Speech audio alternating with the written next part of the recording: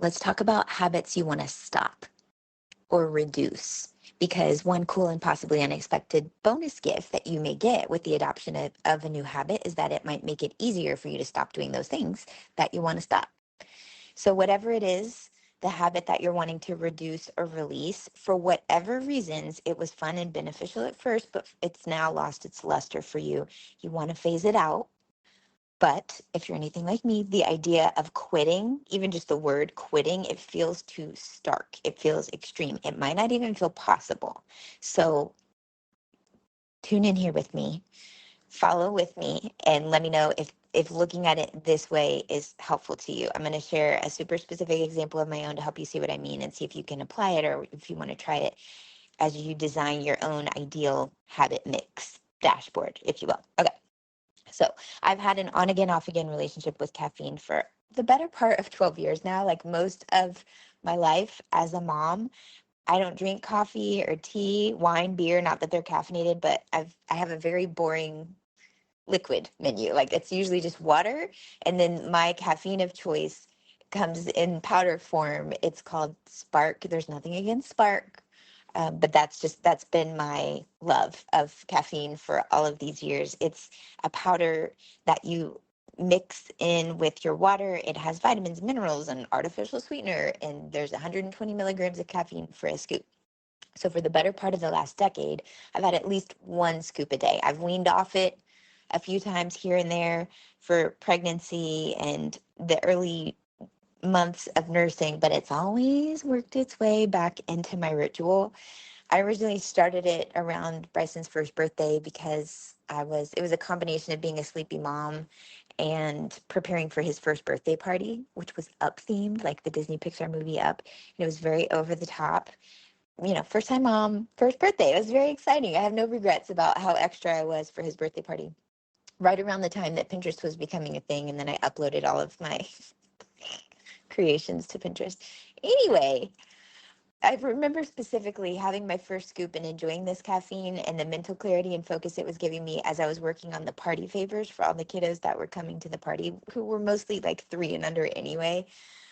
But I had composition books, so it's very on brand. Even before A Course About Copy was a twinkle in my eye, I had composition books, and then I was using PowerPoint to design and doctor the adventure book from Up and put everybody's name. So it said like Bryson's adventure book, Claire's adventure book, and so on. Anyway, that has nothing to do with this except for the fact that that's what I was working on with my first jolt of caffeine. That's how strongly the memory was that I remember what I was doing and how it made me feel like, ooh, superpower. This was also a season of life where I was still working part-time, mostly from home for the National Park Service at Pearl Harbor. And then I was also facilitating online courses for a prominent online university. And I wasn't getting to create the courses, I was just facilitating them. So they weren't very engaging. It was writing classes. They were very straightforward and honestly grammar based and kind of dry. So grading papers and homework and assignments was a bit of a snooze. It was early nap time Empire's days. I hadn't started my business, but I was working from home and managing that with a toddler and everything. And so having this caffeine in the afternoons, it started in the afternoons, was giving me the boost to focus on work and then motherhood for the rest of the day. So that's my background with getting onto the caffeine. And when I look at it, as I have, in order to hopefully explain this in a way that's useful to you, I can break down the benefits in a few different forms. So part of it was that there was the mental clarity at first. That waned over time. It wasn't as impactful and hasn't been nearly as impactful for years, honestly. But there was initially that benefit of the mental clarity, and it helped give me focus when I was a sleepy mom trying to make it through the afternoon and get my work done. Okay, there was also, though, a psychological ritual to it where it was like, if I do this, if I take this, I mix up my drink in the afternoon, it started to feel like a psychological trigger for me to be like, okay, cool, I got energy to make it through the rest of the afternoon. So there was a physiological boost from the caffeine at first. And then there was just the mental habit of it and the ritual of it that also started to build momentum to where it was like, this is just what I do. And I also enjoyed the flavor. I liked fruit punch, and then they changed the flavor, and I didn't like that, but I liked the mango strawberry, and then they had a strawberry, and there was a pink lemonade for a time. So anyway, it was just more fun than water or water with lemon, which is what I usually drink. So there was also an element of the pleasure of the taste of it. And then I started to notice if I ever forgot it, say we were traveling and I didn't have it with me, or I was gone for a day doing whatever and I didn't have it with me, I started to notice I actually got a bad headache if I didn't have my caffeine for the day. And upon researching it, I learned that there's, and I'll link to this in the show notes. I am not a doctor. I'm not saying caffeine is bad for all of us or that Spark is bad. So please know there's my disclaimer. I'm not a medical doctor and I'm not trying to villainize caffeine or anything. But for me, I didn't like feeling that I was dependent on it or else I was going to be in pain. Like that was disturbing to me, but not yet disturbing enough for me to do anything about it. But I did notice if I didn't have the caffeine, I would have a headache and I didn't like that. So the times that I weaned off of it, I noticed if I just stepped it down like 3/4 of a scoop for a few days and then half a scoop for a few days, then I didn't have the same headache issue. But did you know, and I will link to the studies and Huberman Lab podcasts and stuff where they're talking about this, but it's something about it constricts, the caffeine constricts our blood vessels. And so when we, around our brain, so when we don't have it and those blood vessels are expanding again, then it's ouch, which is just really fascinating to me. But I want my brain and all the blood vessels around it to be as hydrated and expansive as they need to be. I want to go big brain. So I didn't really like that thought either. I didn't like the physical pain. And I didn't like the idea that somehow, on some level, I'm way oversimplifying, caffeine was shrinking my brain. I didn't like that. Also, I've had hormone imbalances over all these years and multiple pregnancies and nursing for, I mean, 6 out of the last 10 years plus. And I know that caffeine can throw a wrench and play a factor in that, and also with blood sugar. If caffeine in any way is making it trickier or more stressful for me when I am taking care of my own health, then is it really worth it? I don't know. I started to do it more and I noticed that I was leaning on it more heavily when it wasn't just the afternoon. I was also sparking in the morning, almost right upon waking up, which is ideally when I actually have natural energy after sleeping. That would, you would think, be the most energizing time of the day, but it wasn't. So I was like, this is getting tricky now. I would have spark in the morning and then in the afternoon before getting kids from school, or just that habit to make it through the day. Then I'd start having another half scoop. And I'm like, where is this leading? Am I just going to have 2 and then 3? It was for the taste, the ritual, and to avoid the pain of the headaches. And I didn't like feeling dependent on it, but I didn't necessarily have the brain power, energy, or anything to start the transition. It's like if you have a baby sleeping with a pacifier and you know, okay, I cannot, we're not even going to try to wean off the pacifier or however your process is. Maybe you go cold turkey. We're not even going to try until I can be in ready position and actually give this my full devoted attention and energy. And if you're low on that attention and energy and brain width and capacity for whatever reason, or potty training, any kind of transition, you're just like, no, I can't even deal with it. So I honor where you are if that's where you are with this habit.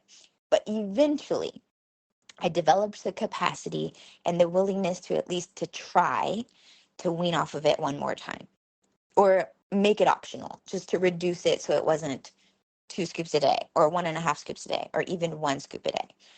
I also, sidebar, in this research noticed it was Huberman from Huberman Lab, Dr. Huberman, and I'll share a link to that as well. But there's something about caffeine, and it's fine. Again, for some people, it's fine. But there is something to not having it within the first 90 minutes or 2 hours of waking up because it interferes with your hormones as you're waking up, and it can actually make you feel sleepier and not have that mental clarity and focus impact that it otherwise can have. So I'll link to that too so you can do your research and figure out what works best for you and your body if you also consume caffeine. But I noticed when it was creeping into the morning, what can I do to wean off of the afternoon? And so I started to replace my afternoon ritual with what's called an adrenal mocktail. And you might have heard me mention it. You can Google it. It's something I've been trying to support my hormones and blood sugar. It's like orange juice and collagen powder and vitamin C powder. And I used that to start replacing my afternoon habit. So it was in the same cup.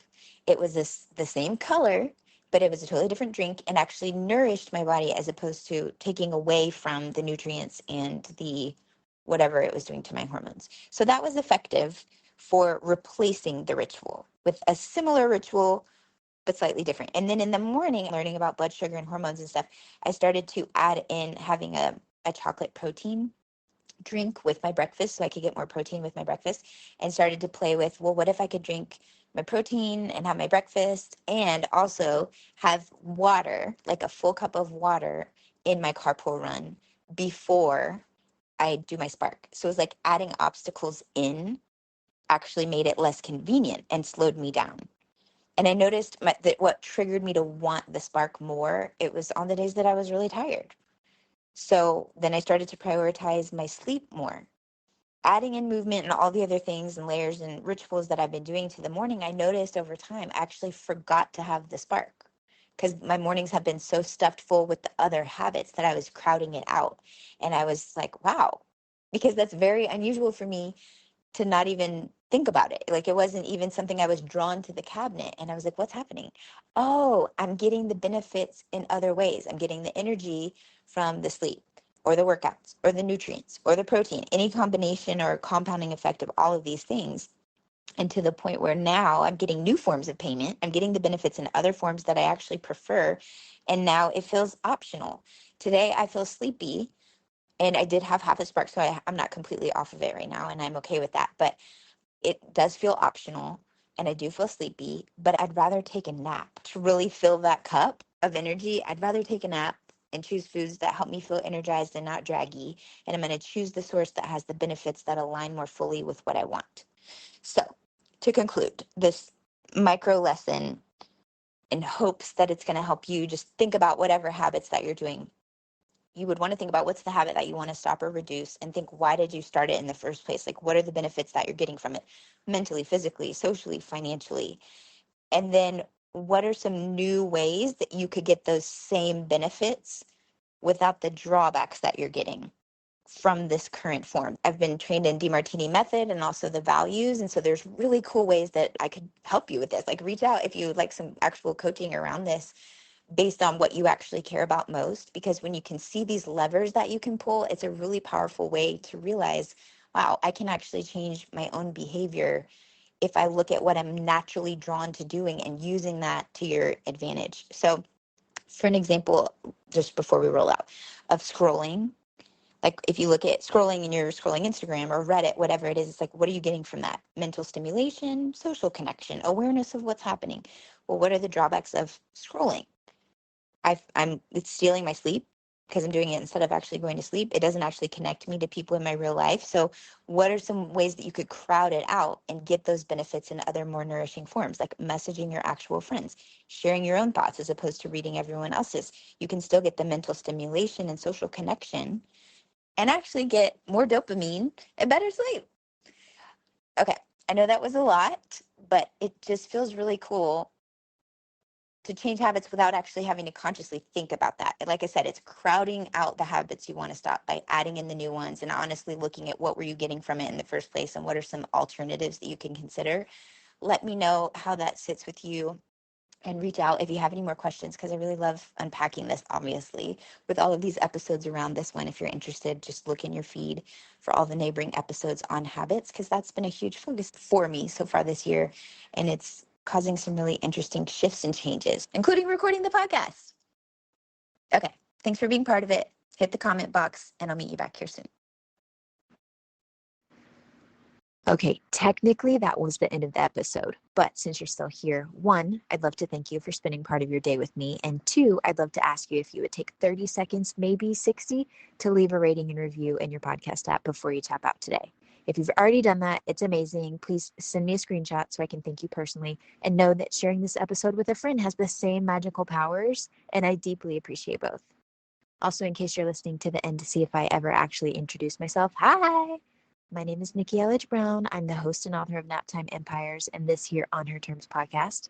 You can find me around the internet at Nikki Elledge Brown in most places, but what you may appreciate most is actually over at onherterms.com. It's what I call the insider library. It's where you can get inside scoop, first listen rights, email updates every time there's a new episode, and then special insider only bonus content. It's all over in our private feed. Okay, that's a wrap for real. I'll meet you in the next episode.